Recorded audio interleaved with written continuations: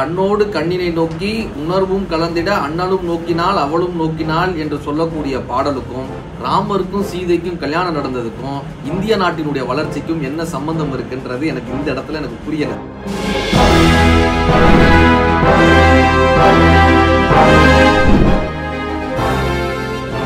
அடுத்ததாக கலாக்ஷேத்ரா மேல்நிலைப் பள்ளியிலிருந்து பிரித்திஷ் அவர்கள் நம்ம கூட இந்த பயணத்துல இணையறாங்க.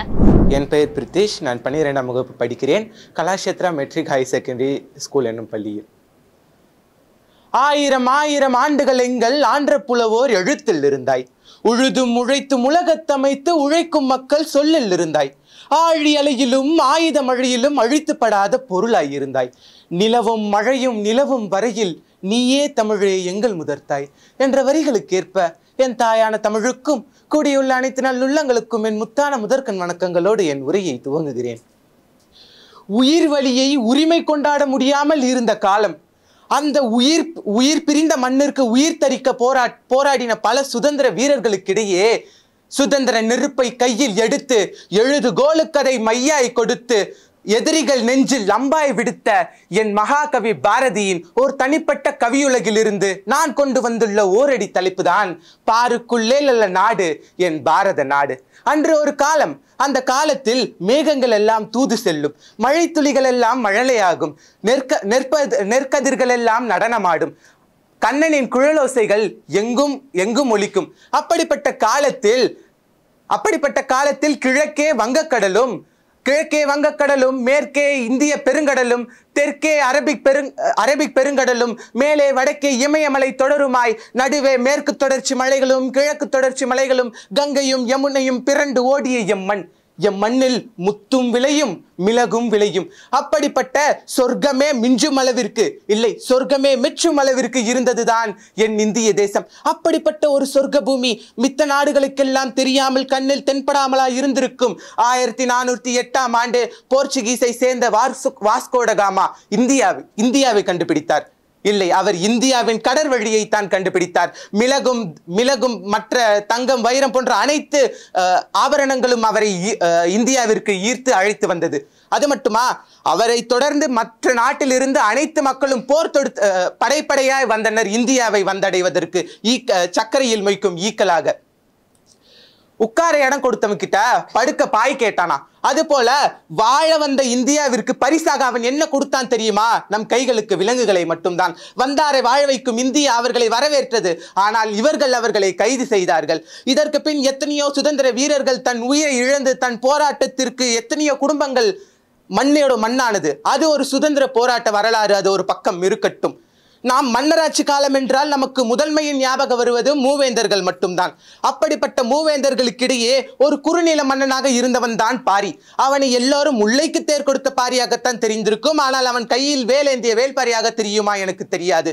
அவன் ஆட்சி செய்த பரமமலையின் சிறப்புகள் எல்லாம் அங்குள்ள மக்கள் தினம் தினம் சொர்க்கத்தில் பஞ்சம் என்றால் என்னவென்று தெரியாத அளவிற்கு இருந்தனர். அப்படிப்பட்ட மலையை மூவேந்தர்கள் தனிமையில் போரிட்ட போதும் வெல்ல முடியவில்லை, கூட்டு முயற்சியில் போரிட்ட போதும் வெல்ல முடியவில்லை. இறுதியில் கபிலர் போல் வேடம் திரித்து அவன் முன் பாடல் பாடி பரிசாக பரமமலையை கேட்டு வாங்கினர். இப்படி இந்தியாவிற்குள்ளேயே அவர்கள் போரிட்டு ஒரு மன்னனை வெல்ல முடியாமல் இருந்திருந்தால் மித்த இந்தியாவில் இருக்கும் அனைத்து மன்னர்களும் அரசர்களும் எப்படி இருந்திருப்பார்கள் என்று சிந்தனையில் சிந்தித்து பாருங்கள். நம் இந்தியாவிற்குள்ளேயே இவ்வளவு போட்டிகள் இருக்கிறது, மன்னர்கள் சிறந்து இருக்கிறார்கள் என்றால் நாம் ஏன் வெளிநாட்டிற்கு எப்படி இருக்கிறார்கள் என்று சிந்திக்க வேண்டும். அது மட்டும் இல்லாமல் பாரதி பாருக்குள்ளே அல்ல நாடு என்று கூறினார். ஏன் பாருக்குள் மட்டும்தான் நம் நாடு சிறந்ததா? அது அவர் அந்த காலத்தில் மட்டும்தான் ஏற்புடையதாக இருக்குமா என்று கேட்டால் இல்லை. நீங்கள் அந்த வரியை இப்பொழுது எடுத்து படித்தாலும் ஏற்புடையதாகத்தான் இருக்கும். உயிர்வலி, அதாவது ஆக்சிஜன், அதை நீங்கள் பொட்டலம் போட்டு விற்கும் காலத்தில் எடுத்து படித்தாலும் ஏற்புடையதாகத்தான் இருக்கும். ஏனென்றால் இந்திய நாடு அவ்வளவு சிறப்பாகவும் செழுமை மிக்க நாடாகவும் இருக்கிறது. அதற்கு எடுத்துக்காட்டாக நான் எவ்வளவோ விஷயங்களை கூறலாம். என்னால் முடிந்த அளவிற்கு ஒரு சில விஷயங்களை மட்டும் நான் இங்கு கூறுகிறேன். ரஷ்யாவும் அமெரிக்காவும் விண்ணில் ஏவுகணங்களையும் விண்கலங்களையும் செலுத்தி இந்தியாவை பார்த்து சிரித்த பொழுது என் இந்தியா சந்திராயனை அனுப்பியது. சந்திராயன் தோர்த்தது. ஆம், என் சந்திராயன் தோர்த்தது. பின்னர் உலகையே திரும்பி பார்க்கும் வகையில் என் சந்திராயன் 2 நிலவில் நீர் இருப்பதை கண்டறிந்தது. என் சந்திராயன் 3 யாரும் செய்ய முடியாத விஷயம். நிலவிற்கு இருண்ட பக்கம் என்னும் நிலவின் பின்புறத்திற்கு சென்று அங்கு நிலைத்து நின்று மீண்டு திரும்பியது. அதுபோல் எல்லா தேசங்களும் அணு ஆயுத சோதனைகளை நிகழ்த்தும் பொழுது இந்தியாவை பார்த்து ஏளனமாக கை குப்பி சிரித்தது. அதற்கெல்லாம் பதில் சொல்லும் வகையில் ஏபிஜே அப்துல் கலாம் ராஜஸ்தானில் போக்ரான் என்னும் இடத்தில் யாருக்கும் தெரியாமல் அணு ஆயுத சோதனையை நடத்தினார். உலகமே அப்பொழுது இந்தியாவை திரும்பி பார்த்தது. அது மட்டுமா, கொரோனா பெருந்தொற்றில் கொத்தாக உயிர்கள் இழந்த போது வேறு நாட்டவருக்கு தடுப்பூசிகளையும் மருந்துகளையும் இலவசமாக கொடுத்து உயிர்களை காத்ததும் என் இந்தியா தான். இலங்கை பஞ்சத்தில் இருந்த பொழுது 4 பில்லியன் பணம் கொடுத்து அவர்களுக்கு உதவியதும் என் இந்தியா தான். ஆனால் அவர்கள் நன்றி மறக்காமல் கச்சத்தீவை அழிப்பதும், அது மட்டும் இல்லாமல் எல்லை கடக்காத மீனவர்களை எல்லை கடந்தீர்கள் என்று கைது செய்வதுமாய் இருக்கிறார்கள். இப்பொழுது ரஷ்யாவிலும் உக்ரைனிலும் பாலஸ்தீனிலும் பாகிஸ்தானிலும் மக்கள் தன் உயிரை கையில் பிடித்துக் கொண்டு வாழ்ந்து கொண்டிருக்கிறார்கள். ஆனால் நாம் இங்கு சுதந்திரமாய் சுற்றி கொண்டு இருக்கிறோம். இதற்கு காரணம் இந்தியா எல்லா நாட்டினருக்கும் நட்பு பாராட்டி கொண்டு இருப்பதுதான். அதற்காக இந்தியாவை எளிதில் வென்று விடலாம் என்று அர்த்தமில்லை.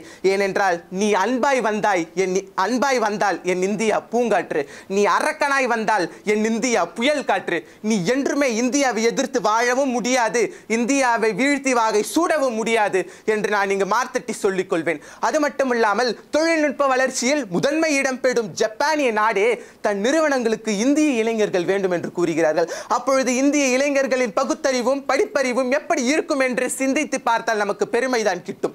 இப்படி எண்ணற்ற துறைகளில் சொல்லிக்கொண்டே போகலாம். கலைத்துறை, அறிவியல் துறை, ஆராய்ச்சி துறை போன்ற துறைகளில் எல்லாம் சிறந்து செய்ய முடியாத சாதனைகள் நிகழ்த்தி ஒரு அழகான அங்கீகாரம் பெற்றிருக்கிறது நம் இந்திய தேசம். இப்படி நேரம் குறைவாக இருக்கும் காரணத்தினால் இறுதியாக ஒன்று கூறி நிறைவு செய்கிறேன். இத்துடன் முடித்துக் கொள்கிறேன் என்பதால் இவ்வளவுதான் என்ற அர்த்தமில்லை. கடலில் ஒரு துளியை மட்டுமே நான் பேசியுள்ளேன். கடல் அனைத்தையும் பேசினால் காலம் காத்திருக்குமா? இந்த பூமி தாய் தன் காதல் கதிரவனை 1000 முறை சுற்றி வந்து விடுவாள். எனவே அச்சமில்லை அச்சமில்லை அச்சமென்றும் இல்லையே என்று கூறிய பாரதியின் வார்த்தைகளின் மிச்சத்தை என் நெஞ்சில் தைத்துக் கொண்டு, என் தேசிய கொடியை அதில் குத்திக் கொண்டு, நான் இந்தியன் என வீரமாய் தட்டிக்கொண்டு, என் இருதயம் இயங்கும் வரை அதில் ஓடும் குருதி ஒன்றொன்றிலும் நான் இந்தியன் என உணர்வோடும் சுகமாய் சுதந்திரமாய் என்றும் வாழ்வேன். பாருக்குள்ளே அல்ல நாடான என் பாரத நாட்டில், என் இந்திய நாட்டில். வாய்ப்பளித்தமைக்கு நன்றி கூறி விடைபெறுகிறேன். வாழ்க தமிழ், வளர்க தமிழ். பூங்காற்று, புயல் காற்று அப்படின்னு ஆரம்பிச்சு சிறந்த கருத்துக்களை கோர்த்து பேசி முடிச்சிருக்காரு. இவருக்கான கருத்துக்களை மதுரை ராமகிருஷ்ணன் அண்ணா கிட்ட இருந்து ஆரம்பிப்போம். நல்லா ப்ரிப்பேர் பண்ணிருக்கீங்க, நல்லா ஒரு அருமையான முறையில ப்ரிப்பேர் பண்ணிருக்கீங்க. இப்ப இந்த பாரியை பற்றி ஒரு விஷயம் சொன்னீங்கல்ல, வேல்பாரியாக இருந்தார், அது என்ன நீங்க சாதாரணமா சொல்லுங்க. அதாவதுங்க ஐயா, அவர் வந்து பரம்புமலை, அவர் எல்லாருமே வள்ளலாக தான் தெரியும். ஏன்னா அவர் முல்லைக்கு தேர் கொடுத்தாரு அப்படின்னு தான். இப்போ கூட ஐயா சொன்னார், ஒருத்தர் வேல்பாரியின் புத்தகம் வெங்கடேசன் அவர் எழுதினார். அந்த புத்தகத்தை நானும் படிச்சிருக்கேன் ஐயா. அது படித்த போது எனக்கு தெரிஞ்சுது, அதாவது மூவேந்தர்கள் வந்து சேரன், சோழன், பாண்டியன் தனித்தனியாக போய் போரிட்டாங்க அவரை. அப்போ அவங்களால வெல்ல முடியல. 3 பேரும் நட்பு பாராட்டி அவர் போய் வந்து போரிட்ட போது வெல்ல முடியல. கடைசியாக கபிலர் போல புலவராக எடுத்து பாரி முன்னாடி நின்று, பாரி உன்னை பற்றி அவர் புகழ்றாரு, பாரியை பற்றியே புகழ் போது உனக்கு என்ன பரிசு வேணும்னு கேட்கும் போது அந்த மூவேந்தர்களும் எனக்கு பரம்புமலையை பரிசாத்தான் கேட்கும் போது, பாரி இந்தா வச்சுக்கோ அப்படின்னு ஒரு நொடி கூட தயங்காம கொடுத்துடுறாருங்க ஐயா. அப்போ வீரம், அந்த பாரி கிட்ட வீரமும் இருக்கு, கொடை தன்மையும் இருக்கு. இந்த மாதிரி எல்லா இதுமே பாரி கிட்ட இருக்கும் போது எல்லா மன்னர்கள் கிட்டயும் அந்த மாதிரி இருக்கும் அப்படின்னு சொல்ல வரங்க ஐயா. அதாவது நீங்க குழப்பிக்கிறீங்க இந்த இடத்துல. சேரர்களால, சோழர்களால, பாண்டியர்களால, பாரி மன்னர்களால இவங்களுக்குள்ளரே அங்க போட்டி இருந்துட்டே இருந்தது. அதனாலதான் வெள்ளக்காரன் நம்ம ஆட்சியவே பிடிச்சான். கரெக்டா? இப்ப இதை 2 வகையா எடுத்துக்கலாம். மன்னர்களுக்குள்ளேயே ஒற்றுமை இல்ல அங்க. அப்ப பாருக்குள்ள நம்ம எப்படி நல்ல நாடாக இருக்க முடியும் அப்படின்ற ஒரு கேள்வி எழலாம். நமக்குள்ளேயே ஒற்றுமை இல்லாத பட்சத்துல எவ்வளவு பெரிய வீரர்கள், எவ்வளவு பெரிய மன்னர்கள் இருந்தப்ப அப்பயும் நம்ம கிட்ட ஒற்றுமை இல்ல, இப்பயும் நம்ம கிட்ட ஒற்றுமை இல்ல. இப்பயும் நாங்கெல்லாம் மன்னர்கள்னு சொல்லிட்டே இருக்காங்க பாதி பேரு, இப்பயும் நம்ம கிட்ட ஒற்றுமை இல்ல. ஒற்றுமை இல்லாத காரணத்தினால நம்ம எப்படி வர முடியும் அப்படின்ற ஒரு கேள்வியும் எழலாம். நன்றி. நம்ம கவிஞர் அம்மாவுடைய கருத்துக்கள். சிறப்பு. பேச்சு உனக்கு இயல்பாவே வாய்க்குது. இந்த செய்திகள்லாம் யாரு எழுதுனது? நீனே எழுதுனது. நமக்கு நடுநிலைன்னு ஒன்று கிடையவே கிடையாது தங்கம். இந்த கொள்கையை பொறுத்த வரைக்கும், பேச்சை பொறுத்த வரைக்கும் நான் பொதுவாக ஒரு விஷயத்த சொல்கிறேன். அதனால்தான் அண்ணன் திரும்ப திரும்ப குறிப்பிட்டுக்கிட்டே இருக்கிறாரு. நீங்கள் வந்து செய்திகளை, தரவுகளை எந்த பாயிண்ட்லேருந்து நீங்கள் ரிசீவ் பண்ணுறீங்கிறத நீங்கள் இங்கே ப்ரெசென்ட் பண்ணுங்க அப்படிங்கிறது. அதில் வந்து எப்பயுமே ஒரு சைடு இருக்கணும் கண்டிப்பாக. நீ பாசிட்டிவாக சொல்ல போறியா நெகட்டிவாக சொல்ல போறியா அப்படின்ற மாதிரி. நீ நெகட்டிவையே பாசிட்டிவாக சொல்கிறேன் அப்படிங்கிறதுல நீ ஒரு விஷயம் சொல்லிட்டு இருக்க, மொதல் விஷயம் அப்படி சொன்னானே அது அப்படி கிடையாதே அப்படின்ற மாதிரி எங்கள் சிந்தனை ஓட்டம் அப்படி இருக்குது. ஸோ இன்னும் செழுமைப்படுத்த உன்னுடைய எழுத்தை ரொம்ப சிறப்பு. அது இந்த டைமில் தான் வாய்க்கும் நமக்கு. நம்மளே எழுத ஆரம்பிக்கும் போது இப்படியான ஒரு சிக்கல் வரதான் செய்யும். அடுத்தவங்க எழுதி கொடுத்ததை நம்ம பேசுகிறத விட நம்மளே எழுதுறது பேசுகிறது தான் இயல்பாக நமக்கு வரும். நம்ம சிந்தனைக்குள்ளே அது ஆட்டோமேட்டிக்காக அது அடுத்த லெவலுக்கு நம்மளை மாற்றும். நம்ம ப்ராக்டிஸாக எழுதி பேச ஆரம்பிக்காமல் சிந்தனைக்குள்ளேயே வச்சுருந்து நம்ம பேச அடுத்த கட்டம் தொடங்கும் போது ஒரு ஒரு ஒரு சைட் ஆஃப் தாட்லேருந்து நீ பேச ஆரம்பிக்கும் போது அது ரொம்ப அழகாக ப்ரெசன்ட் பண்ணுறதுக்கு நல்லாயிருக்கும். ஸோ ரொம்ப சிறப்பு வாழ்த்துக்கள். நன்றிம்மா. கார்த்திகையாவுடைய கருத்துக்கள். நீங்கள் நிறையா அந்த மிளகு அந்த விஷயங்கள்லாம் சொன்னதெல்லாம் நல்லா இருந்துச்சு. அதான் அந்த மெட்டாஃபர் ரொம்ப சூப்பராக இருந்துச்சு. அந்த சர்க்கரை வந்து சுற்றி எறும்புகள் ஈக்கள் அந்த மெட்டாஃபர் நல்லா இருந்துச்சு. அதே நேரத்தில் அவங்க சொன்னது தான் நீங்கள் அந்த விஷயங்களை சொல்கிறீங்க. சேர சோழ பாண்டியன் சொல்கிறப்ப அதுக்கு அடுத்ததே சொல்கிறீங்க. அதனால தான் இந்தியா பெஸ்ட் கண்ட்ரி அப்படிங்கிற மாதிரி சொல்கிறீங்க. அது கொஞ்சம் குழப்பமாக இருந்துச்சு. ஆனால் அதெல்லாம் தெளிவுபடுத்திக்கோங்க. அதுக்கடுத்து நீங்கள் அந்த பாலஸ்தீன் விஷயம், இந்த ஈழத்தமிழர்கள் விஷயம், கச்சத்தீவு அதெல்லாம் யாருமே தொடலை. நீங்கள் தொட்டது வந்து ரொம்ப சூப்பரான விஷயம். சமகால விஷயத்தில் ஏன்னா அந்த ஒரு சென்ஸ் இருந்தால் தான் பண்ண முடியும். ஆனால் உங்கள் ஏஜுக்கு நீங்கள் போக்குறான்லாம் போய் தேடி போய் எடுத்துகிட்டு வந்து ப்ரிப்பேர் பண்ணியிருக்கீங்க. ரொம்ப நல்லா இருந்துச்சு. ஆனால் அதில் இன்னொன்று கடைசியாக நீங்கள் என்ன சொல்லிட்டீங்க, பாலஸ்தீன் இந்த மாதிரி விஷயங்கள்லாம் இருக்குது. ஆனால் இப்போ ரீசெண்டாக நீங்கள் ஒன்று கேள்விப்பட்டீங்கன்னா போய் பாருங்கள். பீகாரில் 65 லட்சம் வாக்காளர்களோட இதை வந்து கேன்சல் பண்ணியிருக்காங்க. கர்நாடகாவில் அவ்வளோ போலி வாக்காளர்கள் பட்டியலில் சேர்த்துருக்காங்க. பீகாரில் இது பண்ணியிருக்காங்க. எஸ்ஐஆர்னு சொல்கிறாங்க. அதை போய் தேடி படிங்க. ஏன்னா நம்ம ரொமான்டிசைஸ்லேயே இருக்கக்கூடாது. இதையும் கொஞ்சம் அப்படியே பாருங்கள். சமகால நியூஸ்லையும் பாருங்கள். ஆனால் நிறைய ப்ரிப்பேர் பண்ணியிருக்கீங்க. உங்கள்கிட்ட அந்த ஸ்கில் இருக்குது. ஆனால் கொஞ்சம் ப்ரெசன்டேஷனில் கொஞ்சம் அந்த இது இருக்குது. ஆனால் நிறைய சொல்லி 5 நிமிஷத்தில் சொல்லணும்னு நினச்சிருக்கீங்க. அதோட சிக்கல் தெரியுது. எல்லாம் வாசிச்சிருக்கீங்க. வேல்பாரியெல்லாம் அதெல்லாம் தெரியுது. கொஞ்சம் நல்லா இருந்துச்சு. சில இடத்துல மட்டும் அந்த அந்த முரணா பேசுறது நீங்கள் எழுதுகிறப்பே திருப்பி நீங்கள் 2-3 தடவை அதை கரெக்டாக தான் இருக்கா ஸ்கிரிப்டடான்னு பாருங்கள். மற்றபடி வாழ்த்துக்கள். அறிவியலை பற்றி ஐயா பேசிக்கிட்டு இருந்தாங்க. அதை தொடர்ந்து வேதியியல் படிக்கக்கூடிய வேதியியல் மாணவர் ஒருவர் நம்ம கூட இணைய இருக்கிறாரு. யோக ராகவன் அவர்களை பேச அழைக்கிறோம். குழுமியிருக்கும் அனைவருக்கும் வணக்கம். கொடுக்கப்பட்ட தலைப்பு இளைஞர் சக்தி, இந்திய சக்தி. இந்த ஒரு சொல்லானது நம்முடைய இந்திய வரலாற்றில் பன்னெடுங்காலமாக பதியப்பட்ட ஒரு சொல். எந்த ஒரு வரலாற்றிலும் இளைஞரை கடவுளாக வணங்குவது கிடையாது. இளைஞரை கடவுள் வணங்குவது கிடையாது. நம்முடைய இந்திய வரலாற்றில் இன்றைக்கும் பந்தரிபுரம் என்ற ஒரு இடம் இருக்கிறது. அங்கு புண்டைகாக்ஷன் என்ற ஒரு பக்தன் அவனுடைய தாய்க்கும் தந்தைக்கும் சேவை செய்து வாழ்ந்து வருகிறான். அவ்வை சொன்னது போல அன்னையும் பிதாவும் அவனுக்கு முன்னறி தெய்வம். அவன் அப்படி வாழ்ந்து வருகின்ற காலத்தில் இறைவனானவன் என்ன இவன் நம்மை காணாது அவர்களை வணங்கி வாழ்கிறானே என்று வாசலில் போய் நின்றார்.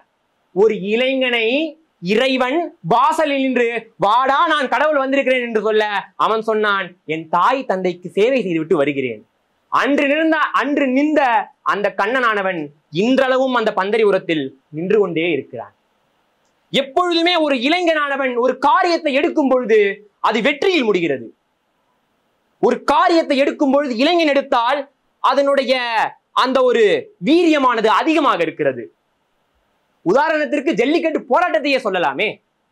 இளைஞர்கள் எடுத்த போராட்டம் வெற்றியில் தான் முடிந்தது. இது மட்டுமா? நம்முடைய இந்திய வரலாறில் இளைஞர்களை தெய்வமாக வணங்குகிறோம். கேட்பதற்கு ஆச்சரியமாகத்தான் இருக்கும்.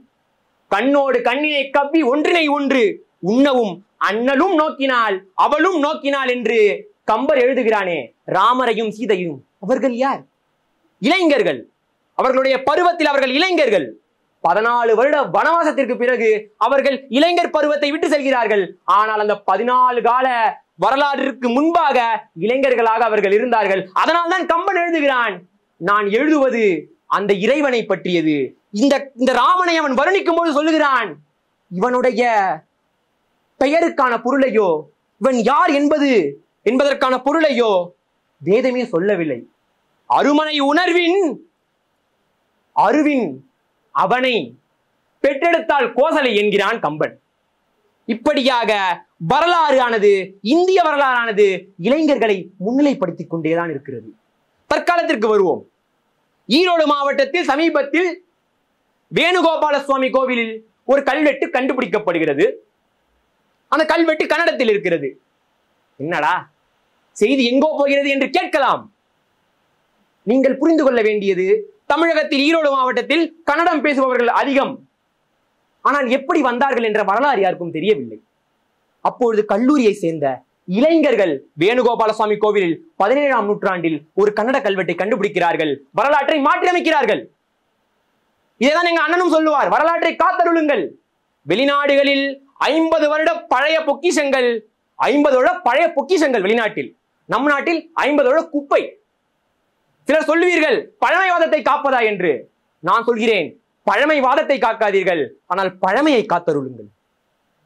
இந்த நாட்டிலோடு ஒன்றியது இளைஞர் சக்தி.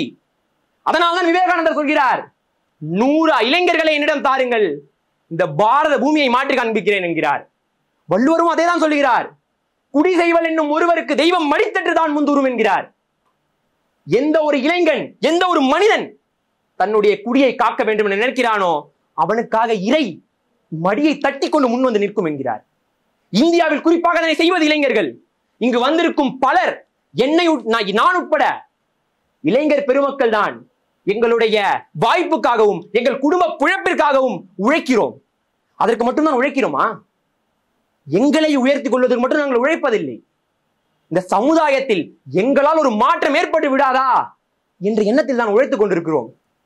சொந்தங்களே, புரிந்து கொள்ளுங்கள், இந்தியாவின் பலம் இளைஞர் சக்தி, இந்தியாவின் பலவீனம் சாதிய கொடுமை. ஆதலால் இவ்வாறு நிறைவு செய்கிறேன். எஸ்ராவுடைய ஒரு புதினத்தில் எஸ்ரா எழுதுகிறார், நான் பல நாடுகளுக்கு பயணித்ததுண்டு.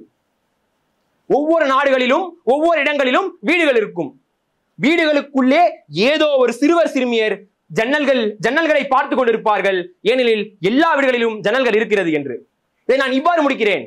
அந்த சிறுவர் சிறுமியர் ஜன்னலை பார்ப்பது வெளியே ரசிப்பதற்காக அல்ல, வெளியே நடக்கும் அவலங்களை தட்டி கேட்டு நாளைய சமுதாயத்தை மாற்றுவதற்காக என்று சொல்லி வாய்ப்புக்கு நன்றி கூறி விடைபெறுகிறேன். நன்றி, வணக்கம்.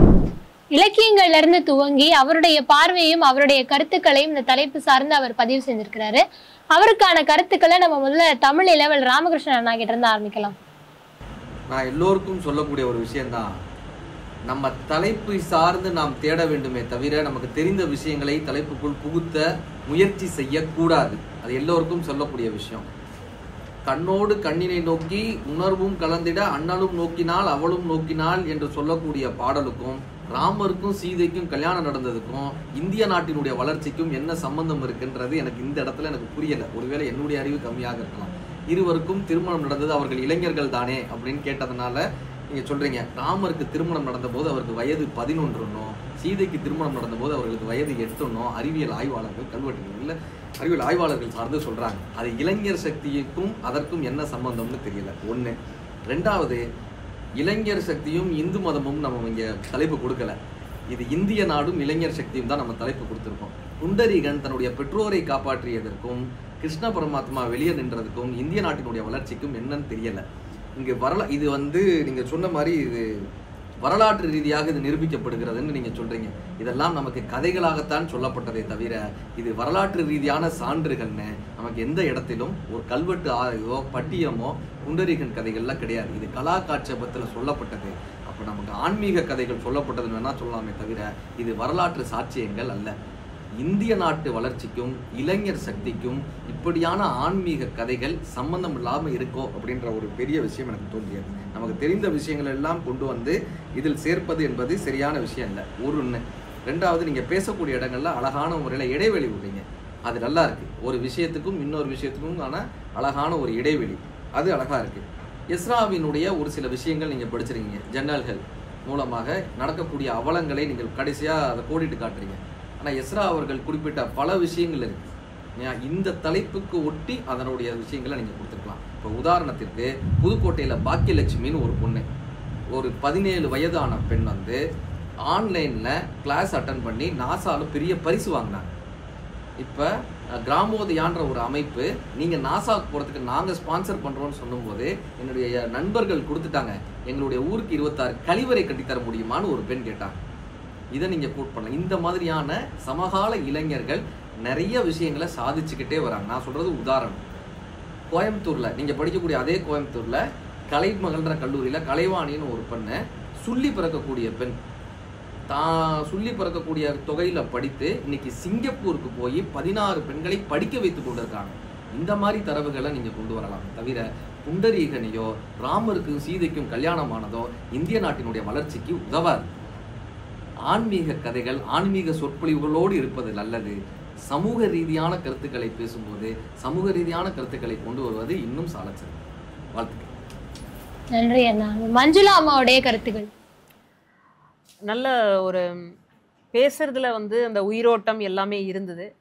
மறுபடியும் நமக்கு என்ன பிரச்சனை அப்படின்னா, இந்த பொருள் தலைப்புக்கான பொருள் அதுக்குள்ளே இருக்கா அப்படின்ற ஒரு பிரச்சனை. நம்ம தமிழை பொறுத்த வரைக்கும் சொற்பிழையா பொருட்பிழையா அப்படின்னு நம்ம கேட்போம். சொற்களில் பிழை இல்லை, ஆனால் பொருள் இதில் எடுத்து பார்க்கும்பொழுது அடிப்படையில் எதுக்காக இதை சொல்கிறீங்க, என்ன காரணம் அப்படின்ற ஒரு கேள்வி வந்து உள்ளுக்குள்ளே வந்துட்டே இருந்தது. மற்றபடி உங்களுடைய அந்த பேச்சு நடை அப்படின்றது ரொம்ப அழகாக இருந்தது. ஒரு மேடையை வந்து எப்படி கையாளுறது அப்படின்றதையெல்லாம் நீங்கள் வந்து சரியாக காட்டியிருந்தீங்க. எப்படி எடுத்து சொன்னால் அது உள்ளுக்குள்ளே போய் சேரும், எந்த இடத்துல வந்து சொன்ன மாதிரி ஒரு நிறுத்தம் கொடுக்கறது, இது எல்லாமே நல்லா இருந்தது. ஆனால் கருத்து மட்டும், அதாவது பொருள் மட்டும் அதில் இல்லாமல் இருந்தது அப்படின்றது ஒரு பெருங்குறையாக இருக்குது. மற்றபடி இன்னும் முயற்சி செய்யுங்க, பயிற்சி செய்யுங்க. வாழ்த்துக்கள், பாராட்டுக்கள்.